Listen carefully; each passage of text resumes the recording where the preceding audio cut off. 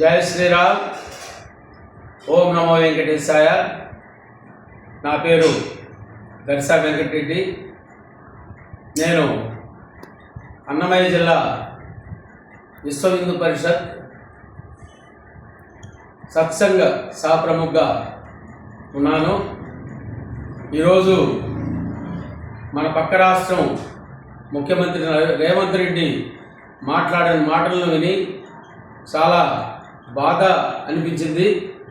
ఎందుకంటే ఆయన మాట్లాడుతూ హిందువులు ఎంతోమంది దేవుళ్ళను కొలుస్తారు, ఒక్కొక్కరు ఒక్కొక్క దేవుడు కొలుస్తారు, దేవుళ్ళలోనే కొలవడంలోనే ఏకాభిప్రాయం లేని వాళ్ళు 3 కోట్ల దేవతలు అంటారు, కానీ ఒకే ఏకాభిప్రాయం లేదు అంటున్నాడు. అయ్యా రేవంత్ రెడ్డి గారు, ఏకాభిప్రాయం అంటే ఏంటి? అంటే ఈ భారతదేశం అంతా ముస్లిం చేతుల్లో పెట్టాలనుకున్నారా? ముస్లింలు ఒక్కరే వాళ్లకు పుట్టించుకున్న దేవుడు, మనం పుట్టించిన దేవతలు వీళ్ళందరూ.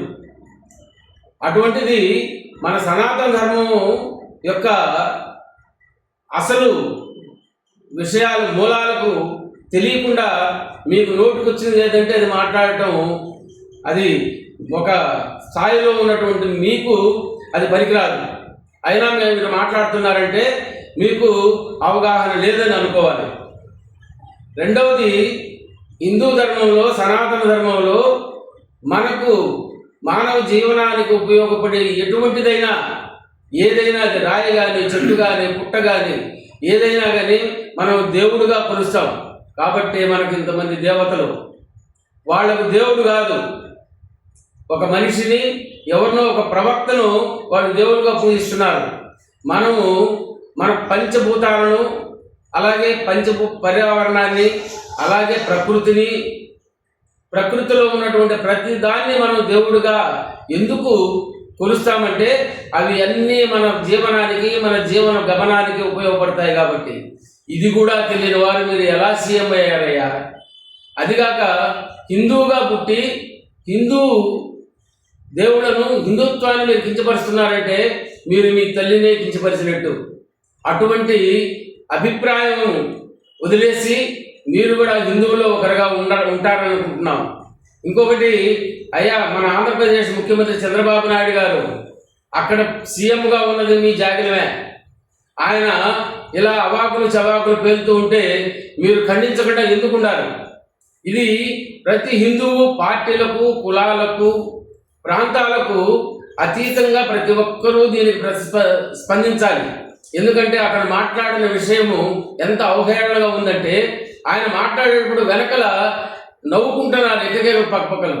మీరు హిందువులు కాదా? మీరు హిందూలో పుట్టలేదా?